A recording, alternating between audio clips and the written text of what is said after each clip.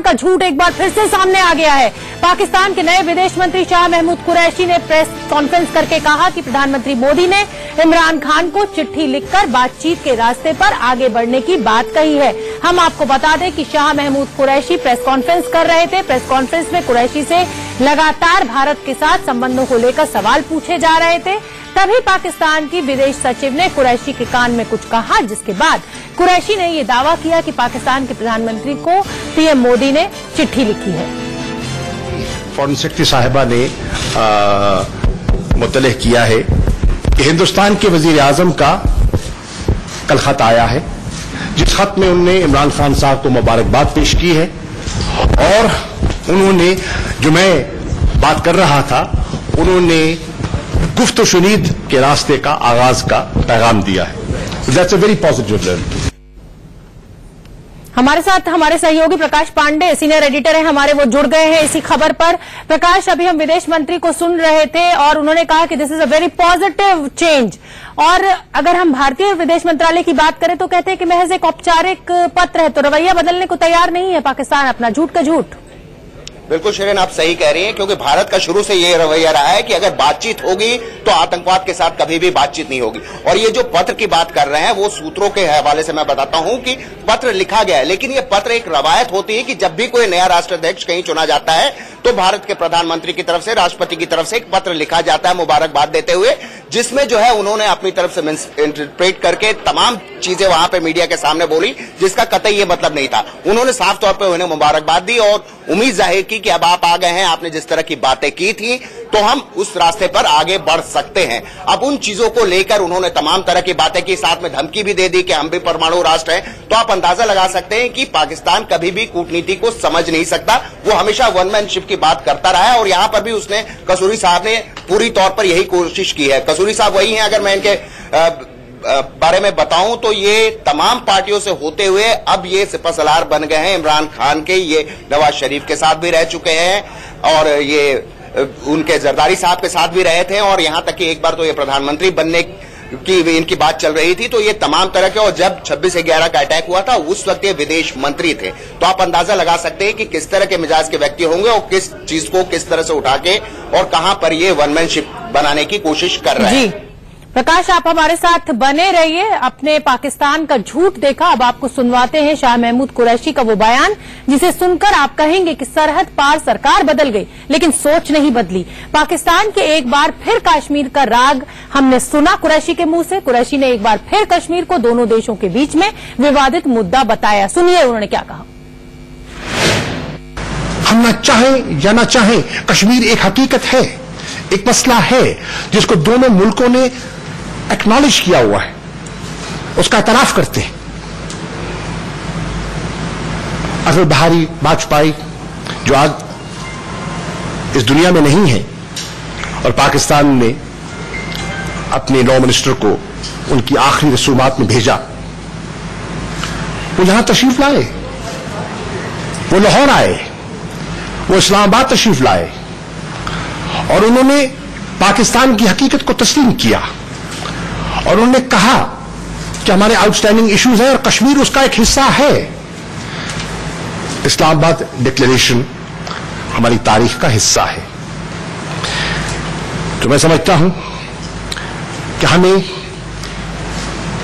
एक continued uninterrupted dialogue की जरूरत है। तो विदेश मंत्री ने एक बार फिर से कश्मीर का राग अलापा। प्रकाश, बड़ी हैरत हो रही है मुझे विदेश मंत्री को सुनकर, उनके ये बयान सुनकर कि दोनों देशों ने कश्मीर समस्या को एक्नॉलेज किया है। उन्हें ये समझ में क्यों नहीं आ रहा कि कश्मीर हमारा है, था और रहेगा। शोभना, देखिए, कश्मीर एक ऐसी चीज है जिसको लेकर पाकिस्तान हर जगह मुद्दा बनाता रहा है, चाहे अंतर्राष्ट्रीय मंच हो चाहे यूएन हो।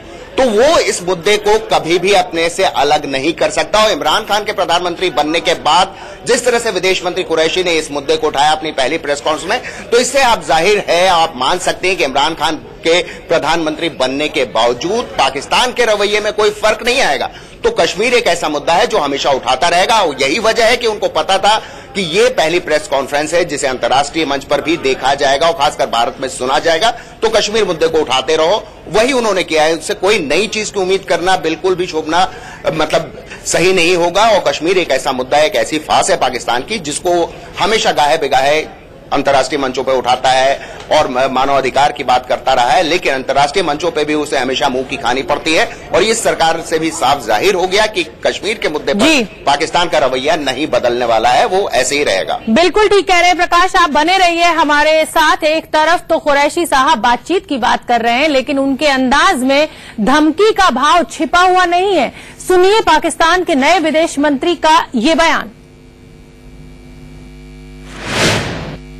कि हम दो न सिर्फ हमसाए हैं,